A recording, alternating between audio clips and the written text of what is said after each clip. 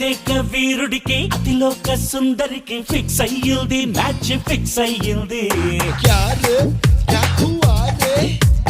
ఈ gang leader కి రామ్మ చిలకమ్మకి మిక్స్ అయ్యింది టేస్ట్ మిక్స్ అయ్యింది బ్యాక్ సీట్ లో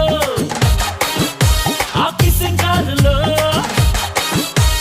బ్యాక్ సీట్ లో ఆ కిసింగ్ కారులో చక చక చక చక ఒకే ఒక పప్పి ఇచ్చింది.